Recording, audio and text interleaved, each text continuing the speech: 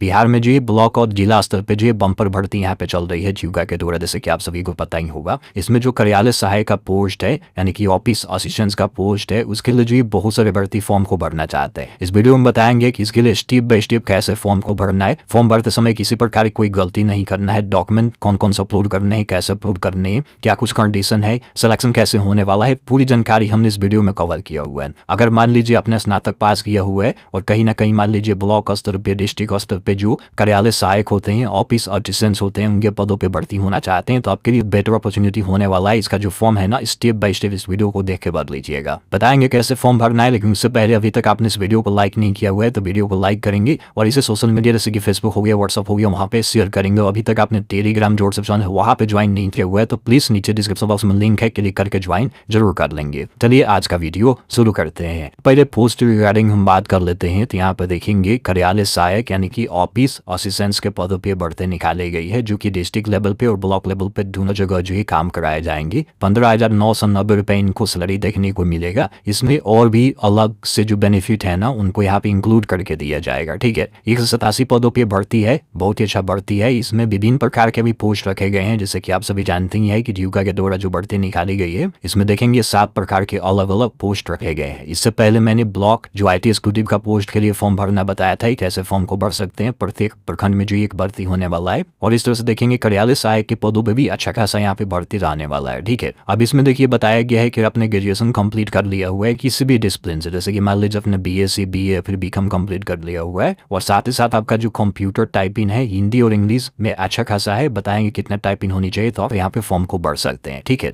ये जो जीविका के द्वारा भर्ती निकाली गई है, जिसमें आप देखेंगे तो बताया गया है कि पूरी तरह से जो कॉन्ट्रैक्ट बेसिस पे की भर्ती होने वाली है। किसी प्रकार की सरकारी नौकरी नहीं है, लेकिन हाँ 60 सालों तक आप काम करेंगे, कोई भी दिक्कत इसमें नहीं रहने वाला है। उम्र सीमा की हम बात करें तो आपका कम से कम उम्र जो 18 वर्ष होनी चाहिए। अपर एज की बात करें तो जनरल EWS मेल के लिए 37 वर्ष, फीमेल URBC EBC EWS के 40 वर्ष और मेल BC EBC 40 वर्ष। Male and female SC ST 42 वर्ष उम्र रहेगा तो आप यहाँ पे फॉर्म को भर सकते हैं। सिलेक्शन की हम बात करें तो इसमें CBT आपका 1 एग्जाम होगा, मतलब कि सबसे पहले CBT एग्जाम होगा जो कि 60 नंबर का होगा। उसके बाद आपका जो है 10 नंबर का टाइपिंग टेस्ट होगा, जिसमें हिंदी और इंग्लिश दोनों टाइपिंग आपका रहने वाला है। 200 वर्ड जो है 5 मिनट में आपको हिंदी में टाइपिंग करना है और 150 वर्ड आपको हिंदी में टाइपिंग करना है 5 मिनट में। ठीक है, तो इसको देख लीजिएगा। तो बहुत ही अच्छा पोस्ट है। फॉर्म को भरना चाहते हैं तो फॉर्म को भर जानकारी बताई गई है। 30/7 से आवेदन शुरू हुआ है, 18 अगस्त तक जो है फॉर्म को भर सकते हैं। अगर आप BC BC EWS अन्य जॉब हैं तो आपको 800 रुपए का पेमेंट करना है। SC ST दिव्यांग के लिए 500 रुपए का पेमेंट करना है। यहाँ पे देखेंगे कई प्रकार के अलग अलग पोस्ट है। इसमें से हम बात कर रहे हैं ऑफिस असिस्टेंट यानी कार्यालय सहायक के पदों पे, जो कि 180 पदों पे भर्ती निकाली गई है। नीचे आएंगे तो सभी जानकारी आपको देखने को मिलेगा और यहीं से सीधे आप अप्लाई कर सकते हैं, नोटिफिकेशन को डाउनलोड कर सकते हैं। अप्लाई ऑनलाइन के बटन पे क्लिक करेंगे तो यहाँ पे आपके सामने कुछ इस तरह से इंटरफेस आएगा। यहाँ पे प्लस आइकन पे क्लिक करेंगे, न्यू रजिस्ट्रेशन के बटन पे यहाँ पे क्लिक करेंगे। यहाँ पे आपको एग्री करके क्लोज कर देना है और यहाँ पे सबसे पहले कैंडिडेट का जो प्रथम नेम है, मिडिल नेम है और लास्ट नेम है वो आपको मैट्रिक के सर्टिफिकेट के अनुसार लिखना है। डॉक्टर मिस्टर वगैरह नहीं लगाना है, ध्यान रखिएगा। जैसे मान लीजिए मेरा नाम उमेश कुमार पंडित है तो उमेश यहाँ पे, कुमार यहाँ पे, पंडित यहाँ पे, उमेश पंडित है तो उमेश यहाँ पे, पंडित यहाँ पे, उमेश कुमार है तो उमेश यहाँ पे, कुमार यहाँ पे। ठीक है, इस तरह से टाइप करना है। अगर आपने मैट्रिक के बाद कभी भी नाम चेंज किया हुआ है तो यस करके उसका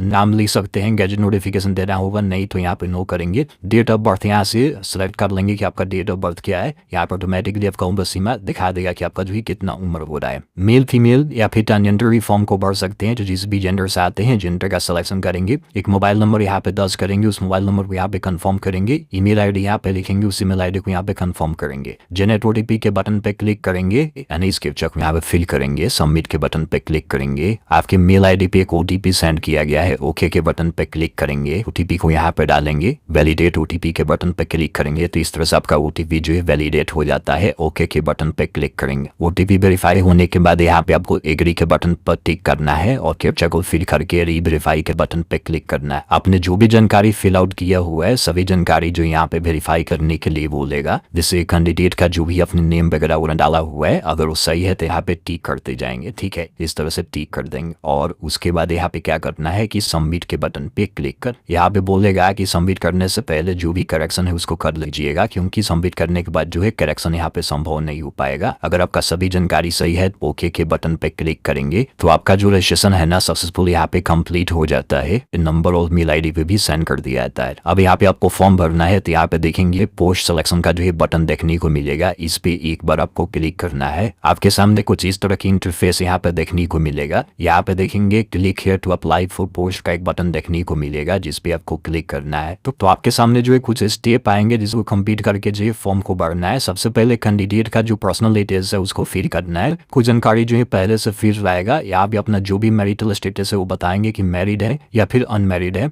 नीचे आएंगे तो यहाँ पे जो है पोस्ट का सिलेक्शन आपको करना होगा। तो आप सभी को पता ही है कि किसी एक पोस्ट के लिए आवेदन आप करेंगे, मल्टीपल पोस्ट के लिए आवेदन नहीं कर सकते हैं। तो इसमें हमने कई सारे पोस्ट के लिए आपको बता दिए हुए कैसे फॉर्म को भरना है। अभी जो ऑफिस असिस्टेंट्स के पदों पे भर्ती को लेकर जानकारी दे रहे हैं, तो इसका सिलेक्शन करेंगे तो पोस्ट का जो कोड है ना यहाँ पे आपको देखने को मिल जाएगा। अब यहाँ पे मान लीजिए इंडियन है तो इंडियन पर टिक करेंगे। अगर आप बिहार से हैं तो यस करेंगे, नहीं है तो नो करेंगे। तो अदर स्टेट वाला भी फॉर्म को भर सकते हैं, लेकिन सीधे ऑन जॉब में जाएंगे, ठीक है। लेकिन बिहार से हैं तो यस करेंगे तो रिजर्वेशन का जो है बेनिफिट आपको देखने को मिलेगा। तो जो भी कैटेगरी का सिलेक्शन करेंगे उसके हिसाब से आपको सर्टिफिकेट यहाँ पे देना होगा। तो यहाँ पे देखेंगे बताया गया है कैटेगरी सर्टिफिकेट, जैसे कि मान लीजिए SC ST है तो अपना जाति देंगे, BC है तो अपना OBC बिहार से बना NCL आपको देना होगा, और EWS है तो EWS यहाँ पे अपना सर्टिफिकेट देंगे। काफी सारे लोग कहेंगे कि सर्टिफिकेट कहाँ से बना होना चाहिए, तो नोटिफिकेशन को आप पढ़ेंगे तो इसमें 18 नंबर पेज पे आप देखेंगे तो बताया गया है कि खास सर्टिफिकेट आपको जो भी इशू करवानी है ना वो आपको कम से कम SDO या फिर उसके ऊपर के जो ऑफिसर होते हैं ना उनके माध्यम से इशू करवाना पड़ेगा, आर लेवल का नहीं लगेगा। और जो भी आप BC NCL बनवाएंगे उस पर आपका कास्ट ड्रीम मेंशन होना चाहिए, और ये जो है डेट ऑफ ज्वाइनिंग से 1 साल के पहले का बना होना चाहिए। इन बातों को ध्यान रखेंगे, ठीक है। तो इसी को ध्यान में रखते हुए अपना जो भी सर्टिफिकेट का डिटेल्स है, जैसे कि इस अथॉरिटी में SDO लिखेंगे या फिर अपने DM से बनवाया हुआ है तो भी यहाँ पे लिख सकते हैं। उसके बाद यहाँ पे सर्टिफिकेट इशू डेट और उसका सीरियल नंबर। यहाँ पे जो है डोमिसाइल सर्टिफिकेट का भी डिटेल्स आपको देना होगा। निवास का, तो निवास आपका हो सकता है कि आर लेवल से भी बना होगा तो आप यहाँ पे लगा सकते हैं, ठीक है। और उसका जो भी इशू डेट है यहाँ पे लिखेंगे, डोमिसाइल सर्टिफिकेट सीरियल नंबर यहाँ पे लिखेंगे। आपके शरीर पे कहीं भी कट का तीर का निशान है तो उसको यहाँ पे मेंशन कर देंगे। इसमें से कोई एक डॉक्यूमेंट आपको देना होगा। इसमें मैंने वोटर ID कार्ड का सिलेक्शन करके दिया होगा। आप यहाँ पे चाहे तो pan card, driving licence, passport, मतलब 4 डॉक्यूमेंट से कोई डॉक्यूमेंट में यस करके उसकी जो डॉक्यूमेंट नंबर है और यहाँ पे नेम ऑफ डॉक्यूमेंट है वो आपको यहाँ पे लिख देना है।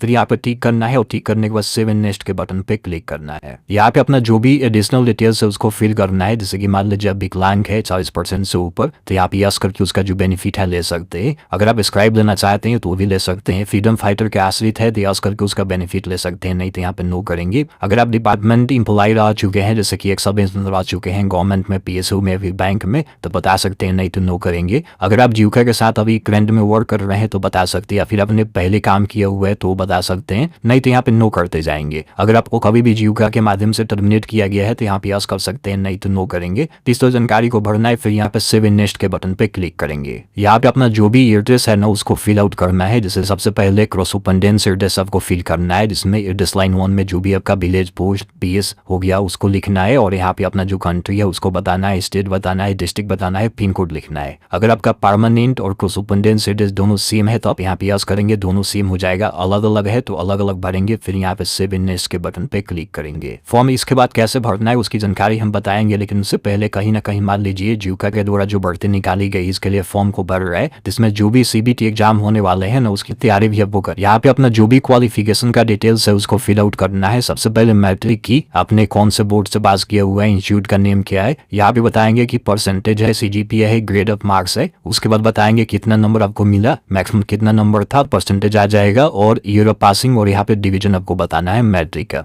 यहाँ पे 12वीं की जानकारी आपको भरना है कि 12वीं अपने कौन से बोर्ड से पास किया हुआ है, स्कूल इंस्टीट्यूट का नेम क्या है, सब्जेक्ट क्या है, आर्ट्स, साइंस, कॉमर्स, अदर। उसके बाद यहाँ बताएंगे कि परसेंटेज है, CGPA है या फिर ग्रेड ऑफ मार्क्स है। उसके बाद यहाँ पे कितना नंबर आपको मिला वो बताएंगे, टोटल नंबर कितना था वो आपको बताना है, और यहाँ पे परसेंटेज आ जाएगा, और अपना जो भी ईयर ऑफ पासिंग है वो बताना है, और डिवीजन यहाँ पे बता देना है। स्पेसिफिक क्वालिफिकेशन का डिटेल्स यहाँ पे भरना है। यहाँ पे देखेंगे बताया गया है कि हिंदी और इंग्लिश का जो भी कंप्यूटर टाइपिंग है ना वो मस्ट है, आपको आनी चाहिए।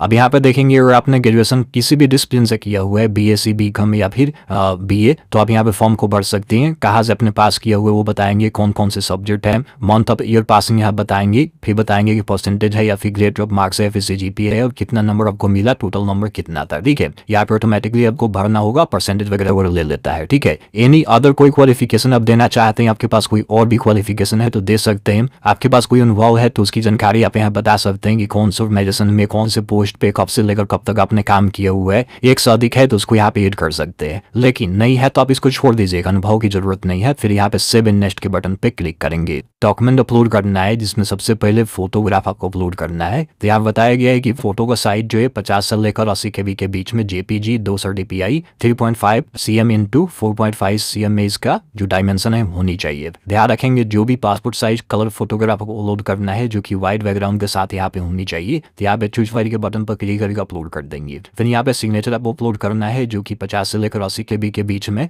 JPG या फिर JPG फॉर्मेट में होनी चाहिए, यहाँ पे अपलोड कर देंगे। उसके बाद यहाँ पे 10th क्लास का सर्टिफिकेट मार्कशीट दोनों अलग अलग अपलोड करना है। 12वीं का सर्टिफिकेट मार्कशीट यहाँ पे अलग अलग अपलोड करना है। अगर आपने कोई एडिशनल डॉक्यूमेंट सर्टिफिकेट के हिसाब से दिया हुआ है तो सर्टिफिकेट को अपलोड करेंगे, अन्यथा इसको छोड़ देंगे। फिर यहाँ पे स्टेट डोमिसाइल सर्टिफिकेट जो कि 1 साल के अंदर का बना होना चाहिए, इसको अपलोड कर देंगे, जो कि RO लेवल का भी होगा तो चल जाएगा क्योंकि मेंशन नहीं किया गया है। बाकी आपका जो भी हायर क्वालिफिकेशन डिग्री है अगर आप देना चाहते हैं तो दे सकते हैं, अगर आपने ऐड करा हुआ है, नहीं है तो यहाँ पे इसको छोड़ देंगे। अब यहाँ पे जो भी आपका पोस्ट स्पेसिफिक क्वालिफिकेशन सर्टिफिकेट है जिस पे आप फॉर्म को भर रहे हैं, इसमें आपका BA BSc BCom हो सकता है, तो उसका जो सर्टिफिकेट है और मार्कशीट है आपको यहाँ पे अपलोड करना है। फिर यहाँ पे अपना जो कास्ट सर्टिफिकेट है वो आपको अपलोड करना है। अगर आप BC में हैं तो बिहार से बना NCL, SC ST है तो जाति प्रमाण पत्र, EWS है तो EWS। ध्यान रखेंगे जो भी सर्टिफिकेट यहाँ पे इशू होगा वो यहाँ बताया गया है कि कम से कम जो SDO लेवल का होनी चाहिए या फिर उसके ऊपर का होना चाहिए। ठीक है, तो सर्टिफिकेट आपको यहाँ पे अपलोड करना है, इन बातों को ध्यान रखेंगे। तो सर्टिफिकेट को यहाँ पे अपलोड कर देना है।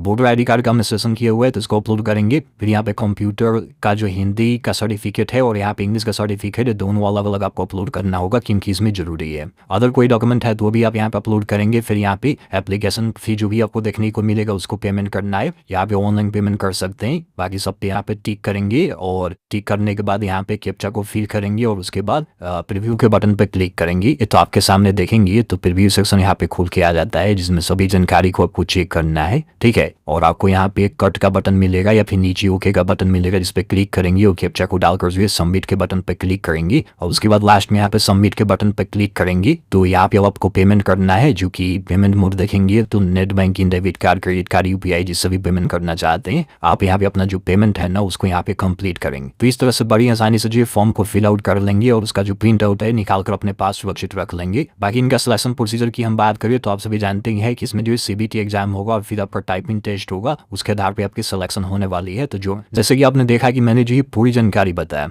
किस तरह से ब्लॉक और जिला स्तर पे जो कार्यालय सहायक के पदों पे भर्ती निकाली गई है जिसके लिए अपना स्नातक पास किया हुआ है तो बड़ी आसानी से फॉर्म को भर सकते हैं। हालांकि इसमें टाइपिंग भी जरूरी है, हिंदी और इंग्लिश, तो आप इसको जरूर देख लीजिएगा। सर्टिफिकेट भी मांगा जा रहा है तो सर्टिफिकेट भी आपके पास होनी चाहिए। ठीक है, तो बहुत ही अच्छा पोस्ट है। जीविका के माध्यम से 27 से 47 पदों पर भर्ती निकाली गई जिसमें सिर्फ ये पोस्ट आपका रहने वाला है। तो अभी तक आपने फॉर्म को नहीं भरा हुआ है तो प्लीज फॉर्म को जरूर भर लीजिएगा। तो बस आज के इस वीडियो में इतना ही। वीडियो थोड़ा अच्छा लगा है तो प्लीज वीडियो को लाइक करेंगे। चलिए मिलते हैं नए वीडियो में एक नए टॉपिक के साथ। तब तक के लिए वीडियो देखने के लिए आपका बहुत बहुत धन्यवाद। इस वीडियो को सोशल मीडिया पर शेयर जरूर कर दीजिए।